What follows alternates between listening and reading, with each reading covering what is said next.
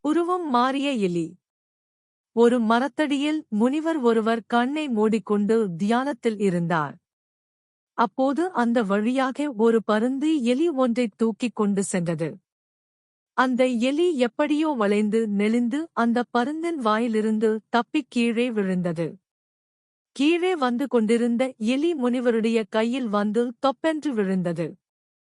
தியானம் கலைந்து கண் விழித்த முனிவர் தன் கையில் விழுந்த எலியை கூர்ந்து நோக்கினார். தன் தவ வலிமையினால் ஒரு மந்திரம் கூறி அப்போதே அத்த எலியே ஓர் அழகிய பெண்ணாக மாற்றினார்.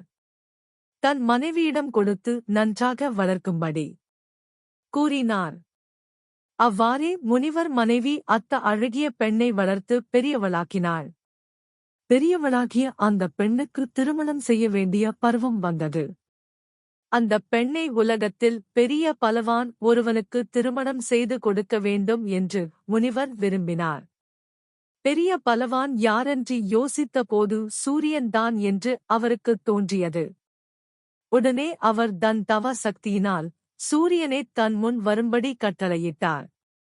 அவனிடம், நீ இந்த பெண்ணை திருமணம் செய்து கொள் என்று கூறினார். அதற்குச் சூரியன், முனிவரே, என்னைக் காட்டிலும் பலவான் என்னை மறைக்கும் மேகம்தான் அவனுக்கு கட்டிக் கொடுப்பதுதான் சிறப்பு என்று சொல்லிவிட்டு போய்விட்டான். முனிவர் மேகத்தை அழைத்தார். மேகம் வந்து, முனிவரே, என்னைக் காட்டிலும் பலவான் என்னைத் தூள் தூளாக பறக்கச் செய்யும் காற்றுதான்.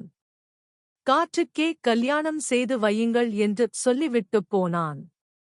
காற்றை அழைத்து முனிவர் தம் பெண்ணை திருமணம் செய்து கொள்ளச் சொன்னார்.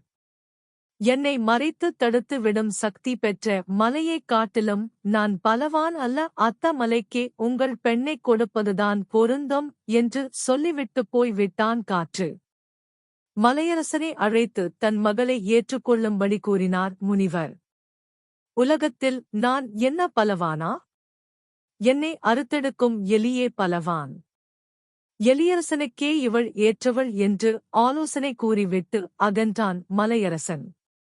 முனிவர் எலியரசனை அழைத்தார். எலியரசன் அந்த பெண்ணை திருமணம் செய்து கொள்ள மறுக்கவில்லை. முனிவரே, இவள் என் வலைக்குள் வந்தால் நான் இவளை மணம் புரிந்து கொள்கிறேன் என்றான் எலியரசன். பெண் எப்படி வலைக்குள் போக முடியும்? ஆகையால் மறுபடியும் எலியாக்கி வலைக்குள் அனுப்பினார் முனிவர். பெண்ணாக மாறிய எலி மீண்டும் எலியாகவே ஆகிவிட்டது. எலியரசன் அதை மணம் புரிந்து கொண்டான். இன்பமாக அந்த பெண்ணெலியுடன் வாழ்ந்து வந்தான். செயற்கையில் தன் நிலையை யாரும் உயர்த்திக் கொள்ள முடியாது.